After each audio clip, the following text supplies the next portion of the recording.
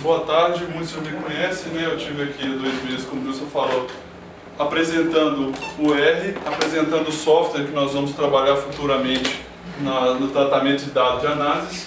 E hoje o meu objetivo aqui é falar sobre confiabilidade do resultado de análise, com dois objetivos. Um, para conscientizar sobre a questão da confiabilidade dentro do Lanagro, dentro do papel de fiscalização do Lanagro, e dar continuidade à justificativa do uso do R e do uso de ferramentas que melhorem o tratamento de dados, que diminuem a possibilidade de erro e que facilitem a tomada de decisão assertiva. Bom, e por que confiabilidade? Eu passei 2 vezes. Porque nós precisamos tomar decisão. O objetivo da confiabilidade, o objetivo de falar sobre confiabilidade é deixar ciente a tomada de decisão. Então, eu tenho um objeto, eu tenho uma amostra que eu preciso decidir sobre a conformidade dessa amostra. Essa parte chama-se avaliação da conformidade. Então, o objetivo, o foco da confiabilidade do resultado é a correta avaliação da conformidade. Então, eu tenho essa tabela de decisão que é conhecida na estatística, que eu tenho a conformidade ou a não conformidade, que é um fato, e eu tenho a decisão, que eu não condenar ou a decisão de condenar. Então, se eu tenho a amostra conforme e eu não condeno, eu tenho um acerto. Da mesma forma, se eu tenho uma amostra não conforme e eu condeno, eu tenho acerto. Agora, o estatístico trabalha muito em cima do erro do tipo 1 e erro do tipo 2, ou erro do vendedor e erro do comprador, mas na nossa perspectiva aqui, basta saber que se o fato é que a amostra é conforme e eu condeno, eu estou cometendo o erro do tipo 1, e se a amostra é não conforme e eu não condeno, é o erro do tipo 2. Existe todo um tratamento de dados, existe um estudo de validação, incerteza de medição, para a gente ter assertividade nessa parte, que é a parte final, que eu vou chegar lá no final do seminário e vou falar dela, que é a parte de tomada de decisão. Então, o grande foco vai ser a avaliação da conformidade e a tomada de decisão. Bom, confiabilidade é a representatividade do resultado de medição realizada para uma amostra de ensaio em relação ao valor do mensurando da população da qual ela foi coletada. Ou seja, eu preciso coletar uma amostra de uma população. Essa é a amostra de ensaio, uma amostra física, é um objeto. Eu preciso ter representatividade, eu preciso saber que os parâmetros que eu estou estimando em cima daquela amostra, eles são representativos em relação à população. Então eu preciso caracterizar a população a qual eu vou fiscalizar, a qual eu vou tomar a decisão, avaliar a conformidade. É a probabilidade de se eu ter o mesmo resultado realizando experimentos similares para amostras diferentes da mesma população. Então, se eu tiro a amostragem frequentemente, eu faço análises, é a probabilidade de obter resultados similares com os mesmos procedimentos. Bom, e o diagrama da experimentação ajuda a gente a perceber uma visão holística do processo de análise. Eu preciso gerir esse processo, eu preciso ter a ciência desse processo para que haja confiabilidade. Então, eu tenho uma população. Da população, eu retiro uma amostra aleatória, é uma amostra de ensaio, é diferente do conceito de amostra estatística. Aqui eu tiro uma amostra aleatória, uma amostragem de ensaio. Da amostra aleatória, já dentro do laboratório, eu vou fazer a amostragem estatística, que é o processo de medição, é o processo de análise em si. Com esse processo eu vou ter resultados, eu tenho dados. A partir desses dados eu estimo parâmetros. E a partir dos parâmetros que eu estimo, parâmetros de posição e dispersão, valor esperado e incerteza de medição, eu faço inferência a respeito da população e tenho uma conclusão, tomada de decisão. A seta grossa eu indico a matéria, porque é um objeto, é um corpo físico, e a seta mais fina é a informação, ou seja, eu estou tratando com informação. A parte que eu trato com objeto físico é só na amostragem de ensaio. E a parte da confiabilidade que eu vou falar aqui trata todas essas etapas, divididas em 4, as quais eu vou falar daqui para frente, e entrando cada uma delas em detalhe. Vou dar mais ênfase à parte de estimação de parâmetros, porque é aqui que nós vamos trabalhar, é aqui que o R vai te ajudar no laboratório a garantir a confiabilidade, que é a parte mais duvidosa, é a parte mais incerta do processo. Bom, então, a confiabilidade, como eu falei, é dividida em 4 etapas. A confiabilidade na amostragem de ensaio, a confiabilidade na amostragem estatística, que é o processo de medição, a confiabilidade da estimação de parâmetros e na eficiência da tomada de decisão. Então, eu vou separar essas 4 partes, começando pela amostragem de ensaio. Então, a amostragem de ensaio é o processo que eu retiro elementos de uma população. Ou seja, eu tenho uma população que eu preciso conhecer. O quanto melhor eu conhecer essa população, mais eu posso bem definir o processo de amostragem de ensaio. Então, repare que aqui na primeira linha, se eu tiver uma população homogênea e uniforme, eu muito provavelmente vou ter uma amostragem muito representativa, independente de como eu faça. Se eu começo a acrescentar heterogeneidade na população, eu começo a ter dúvidas em relação aos parâmetros que eu estou estimando. Por quê? Se eu teria, por exemplo, 50% de cada aqui nessa população, eu não consigo, com pouca amostragem, representar bem isso. Eu preciso melhorar a minha estratégia à medida que o espaço fica mais heterogêneo. Se eu acrescento aqui 4 características diferentes dentro da mesma população, eu teoricamente precisaria aumentar o N de amostragem para poder representar essa população. Então, repare que com 3 eu já não consigo mais representar as 4 características que eu tinha antes. Então eu preciso conhecer a população. Agora aqui embaixo eu tenho uma população com uma característica comum na parte de alimentos, que é uma heterogeneidade forte. Eu tenho, por exemplo, num saco de grãos, 99% dos grãos com uma característica e 1% com uma característica totalmente diferente. Isso faz parte da natureza. Ele não é outlier. Não posso tirar outlier, ele é da natureza. Então, por exemplo, aqui eu tenho a mesma população com essa característica, só que eu tenho amostragens diferentes. Eu posso fazer essa amostragem, sendo que um deles vai cair naquela característica. Posso fazer uma amostragem e não ver, não perceber isso. Uma amostragem lá toda azul. Posso aumentar o N ainda assim não perceber na proporção que eu deveria. Porque se isso aqui é aproximadamente 1/9 da minha população, eu não consigo com 6 amostras representar isso. Pode ser que eu pegue essa por acidente, não sei. Então isso aí é só para mostrar que eu preciso conhecer a população. Mas esses procedimentos de amostragem já são bem estabelecidos. Então, nós vamos tratar mais a fundo na parte de tratamento de dados e estimativa de incerteza, definição do mensurando. Bom, no processo de amostragem de ensaio eu tenho 4 tipos principais de amostragem. Eu tenho a amostragem aleatória simples, que eu vou pegando aleatoriamente elementos da população no espaço como um todo. A amostragem sistemática, eu introduzo um elemento sistemático na minha amostragem. Eu tenho uma definição para amostrar. Eu vou amostrar eu vou analisar a quinta amostra da segunda sessão, do segundo ponto de amostragem. Eu vou introduzindo elementos sistemáticos. É uma versão diferente, com base na aleatória simples. A amostragem estratificada, eu divido isso é para populações mais complexas. Eu divido o espaço amostral em características diferentes e vou pegando amostras tentando imitar o meu espaço amostral. Eu faço a amostragem estratificada. Vou pegar 10% de amostra do primeiro nível, no segundo nível eu vou pegar 20% e assim eu vou estratificando a população. E a amostragem por conglomerados é como se eu fizesse mini populações a partir da população. Eu vou criando conglomerados e vou escolhendo aleatoriamente conglomerados para analisar. Só para dar uma noção do que é a amostragem de ensaio. Então, agora vamos falar de um assunto mais importante para dentro do laboratório, que é a amostragem estatística e a medição. Então, basicamente, isso aqui eu preciso conhecer o processo de medição que eu estou utilizando e preciso definir o mensurando. Na parte de definição do mensurando é a parte mais importante da confiabilidade da análise, porque é essa definição que vai me dar total ciência do processo de análise, do processo de medição.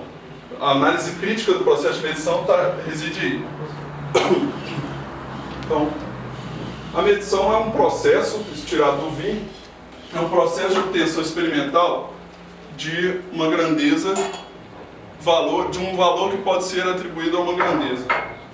Então, nós temos 3 formas básicas de fazer um processo de medição. Eu tenho comparação direta, comparação indireta e contagem de entidades. Comparação direta, eu tenho mais, é uma medição que eu comparo diretamente a grandeza que eu tenho interesse. Então, se eu estou medindo em metro, eu comparo com a unidade do metro. É uma comparação direta, é uma medição direta. A equação do mensurando dela vai ter um formato específico que eu vou mostrar. Comparação indireta, eu preciso fazer uma curva de calibração, eu preciso medir uma propriedade, a qual vai me dar uma função que relaciona a unidade de grandeza que eu quero comparar, a unidade do sistema internacional. Em contagem de entidades, eu simplesmente estou fazendo uma contagem, seja de bactéria, seja de partícula radioativa, qualquer contagem. São as três formas de fazer a medição. Então, o diagrama da medição, agora que é como se eu estivesse pegando parte daquele diagrama da análise, ele é feito dessa forma, em um segmento de reta, eu tenho um valor medido, né? E a partir desse valor medido, se eu conheço e sei que tem um erro sistemático, eu tenho uma tendência e eu preciso corrigir essa tendência. No caso geral, eu corrijo a tendência, cai no valor estimado. A partir desse valor estimado, eu tenho um intervalo de incerteza que eu preciso estimar para aquela medição. Então, ou seja, se a minha correção é grande o suficiente, maior do que a ordem de grandeza do intervalo de incerteza, eu preciso corrigir, senão o meu intervalo de incerteza que está aqui, cai aqui. E ele fica totalmente fora do valor que eu precisaria estimar para tomar uma decisão. E eu posso tomar a decisão errada, por isso que isso é importante. Agora, se a correção for mínima, muito menor do que a ordem de grandeza do intervalo de incerteza, não faz nem sentido, porque eu vou estar daqui, vou andar 1 milímetro para cá, então não tem muita necessidade. Deve ser um procedimento cuja adequação é comprovada por uma validação na qual um padrão é medido com precisão e velocidade satisfatórias. Então, a validação para qualquer procedimento de análise é isso. Ela deve comprovar uma precisão e uma veracidade aceitáveis, satisfatórios. E o resultado é expresso como um valor estimado mais ou menos uma incerteza, a não ser que eu esteja lidando com um processo qualitativo de dizer sim ou não. Mas processos quantitativos, valor estimado, mais ou menos incerteza. Então, numa comparação direta, eu tenho a seguinte forma do mensurando, eu preciso conhecer isso.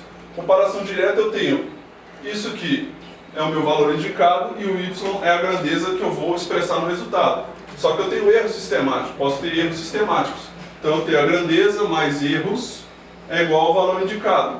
Então, se eu passar para o lado de lá da equação e trocar erros por correções, eu vou ter que qualquer comparação direta é dada por uma equação do mensurando desse tipo. E assim vai, eu adiciono quantas correções eu quiser. Então eu tenho a medida direta mais correção, pode ser uma correção de reprodutibilidade, uma correção de precisão, uma correção de resolução, e assim vai. Ok. Comparação indireta, aí já complica um pouquinho, porque eu preciso achar uma função inversa que me revele qual é a equação do mensurando. Se eu tenho um y f de x, eu preciso achar uma f a menos 1 de y que dependente de x. Por exemplo, se eu tivesse que fazer uma função de medição, ou uma equação do mensurando, para uma grandeza, para uma função afim, uma função afim, uma reta, função reta, com etapa de diluição, o que eu faria? Ora, primeiro eu tenho a equação da reta, que é a resposta instrumental é igual à inclinação vezes a concentração diluída do analito mais B0. Só que eu preciso da concentração original. Então, eu substituo aquela concentração diluída pela concentração já com os volumes da diluição. E a equação da reta fica dessa forma. Só que eu preciso isolar a concentração do analito que eu quero obter em função da resposta instrumental. Então eu calculo a função inversa a essa, que é essa aqui. Eu simplesmente passei B0 para lá, passei B1 para cá, sobrou só a concentração, passei os volumes, então a equação do mensurando é essa. Então qualquer pessoa que trabalha com curva de calibração, que tem a diluição, tem que conhecer isso aqui, tem que bater o olho e reconhecer que é uma equação do mensurando para uma comparação indireta. Isso aqui é a concentração do analito, aqui pode ser um sinal de pico cromatográfico, pode ser um sinal de massas, pode ser qualquer resposta instrumental. Mas eu tenho que bater o olho e reconhecer que essa é a equação do mensurando. É nela que eu vou trabalhar. A partir dela eu vou estimar média, incerteza, enfim.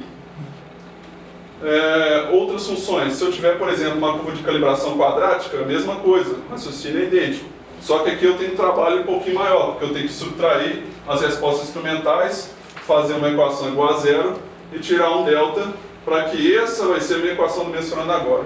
Só que como é o caso que eu tenho duas respostas, que é menos b mais ou menos a raiz do delta, eu preciso de uma região de bijeção. Região de bijeção é aquela que eu só tenho uma resposta na parábola para o valor de y que eu estou querendo, eu só tenho um x. Então a região de calibração deve ser uma objeção, eu não posso calibrar com a parábola inteira, eu vou calibrar com uma parte dela. Continuando. Então eu tenho um caso aqui, o caso que nós tratamos no laboratório, né, DVO, que é uma logarítmica. Então eu faço o mesmo raciocínio, passo menos o intercepto para lá, passo a inclinação para lá, eu fico com a equação igualzinha da reta, só com log de x. Eu levo os dois lados, o 10 elevado a, e eu tenho que a equação do mensurando é o 10 elevado a resposta instrumental menos o intercepto sobre inclinação. Então, o pessoal do laboratório, nós tivemos o treinamento, já está acostumado a ver essa equação e saber que a sua análise reside nessa equação.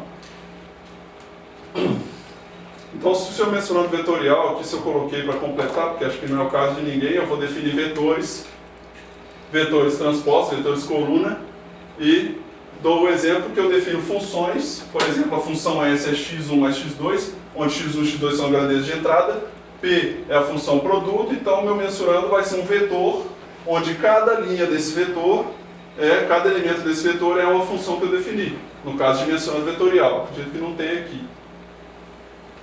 E contagem de dados, eu acredito que tem muito, provavelmente sua equação do mensurando vai ter essa forma, que é um y, é o resultado de análise, é um lambda de Poisson, porque a distribuição de uma contagem é Poisson, dividido por uma dimensão espacial, seja ela volume ou área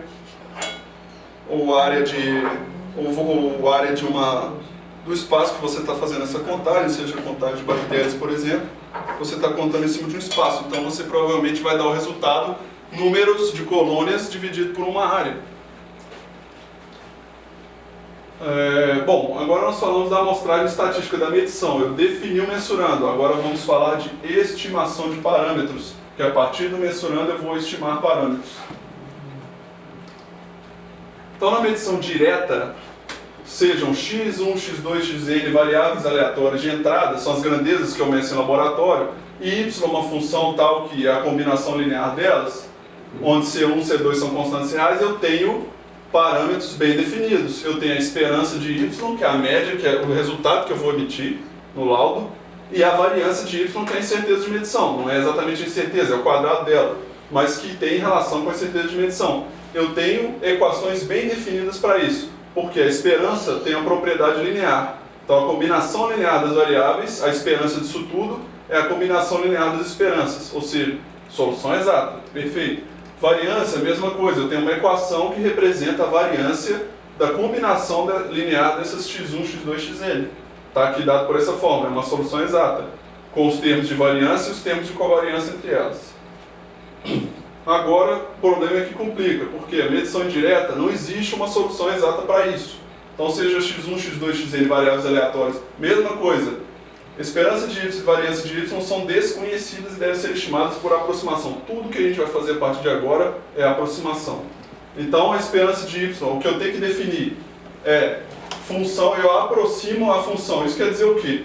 Aqui pode estar meio complicado, mas é o seguinte, se eu tenho aquela equação que eu mostrei antes, vou voltar aqui.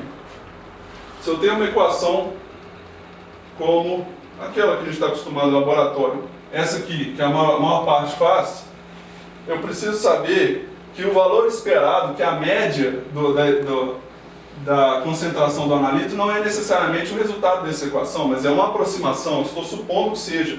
E é assim, tem que ser feito desse jeito, porque não tem jeito melhor, felizmente. Então, é uma aproximação, voltando lá na parte de parâmetros, é uma aproximação. E da mesma forma que a variância é dada pela lei de propagação de incerteza. O que está escrito aqui nada mais é que a lei de propagação numa forma estendida, só para mostrar que é uma aproximação.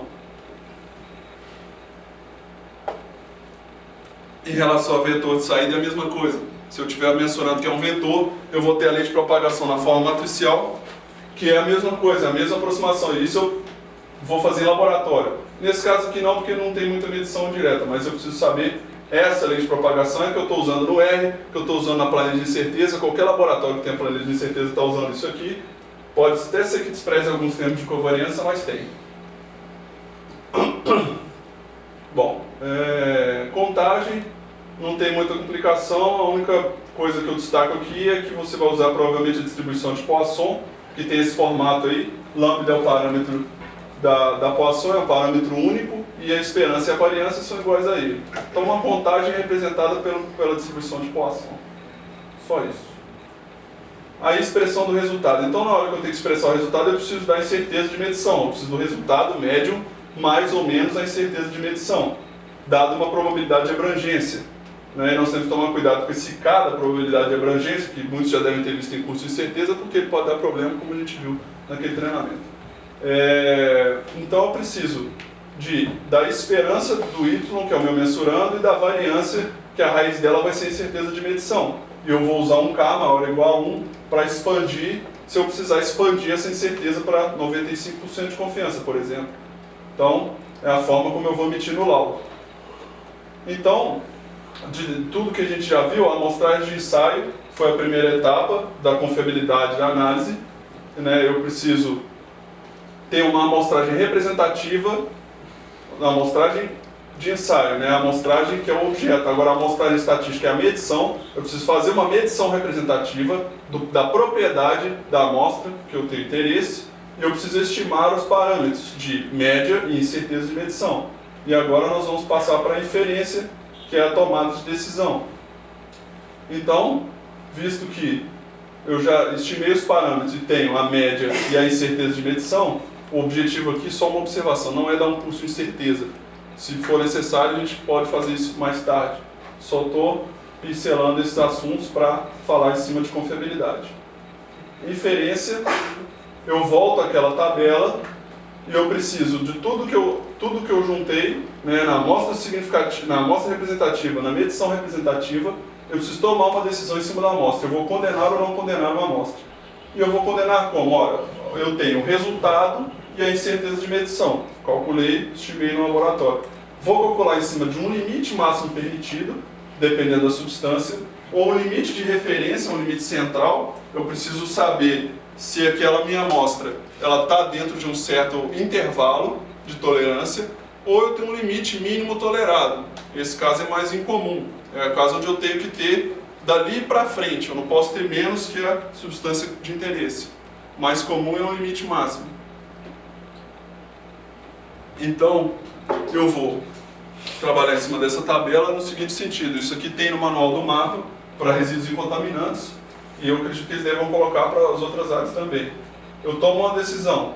A minha decisão é: se o limite máximo permitido for menor do que a incerteza, do que o meu mensurando, a minha resposta menos a incerteza, ou seja, eu pego a média, diminuo a incerteza, se isso ainda for maior que o limite máximo permitido, ou se o limite mínimo tolerado for maior do que o valor que eu calculei no laboratório mais a incerteza, ou ainda, se no caso de limite de referência, limite central, se eu tiver a incerteza menos, o valor menos a incerteza maior do que a referência mais a tolerância, e aqui do lado de cá também, união desses dois eventos, eu tenho a amostra não conforme.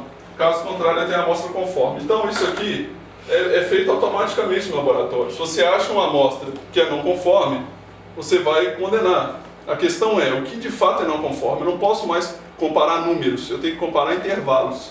Eu tenho que saber, com o intervalo da incerteza, se já era expandido ou não, se aquele valor, naquele todo intervalo que eu calculei, que eu estou imaginando que segue uma distribuição normal, se ainda assim o limite desse intervalo é maior do que o limite máximo permitido, ou essas duas outras ocasiões, no caso de não ser limite máximo permitido, ser o limite mínimo ou o limite central, eu tenho que dar a não conformidade. Eu tenho que falar que a amostra não conforme.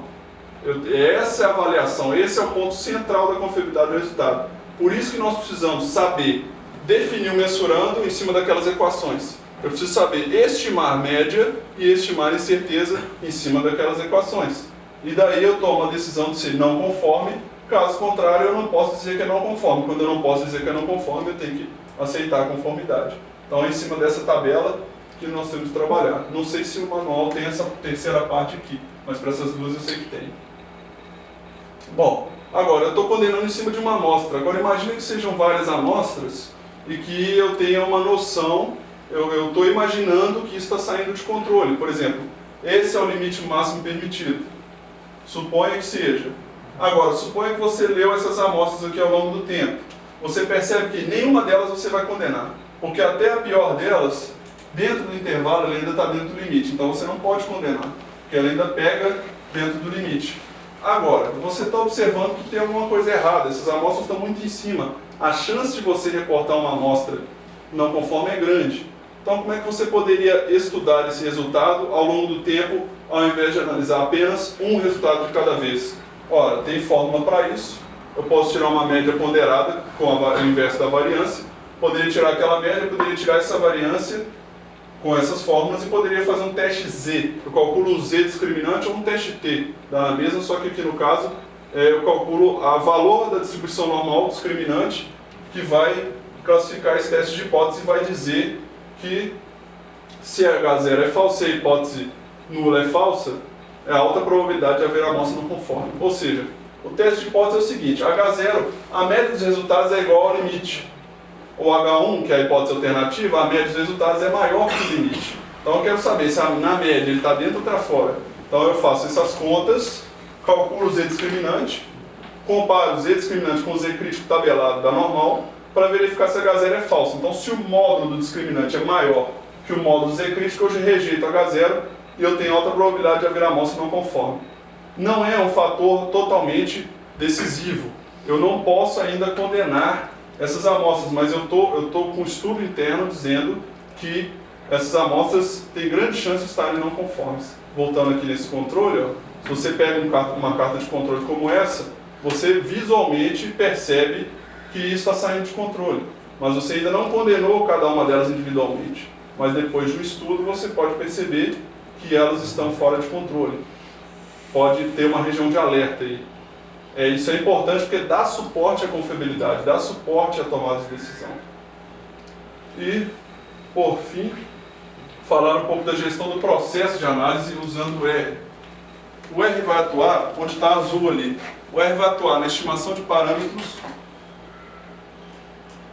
e, consequentemente, na decisão. Por quê? A amostragem de ensaio é feita externamente.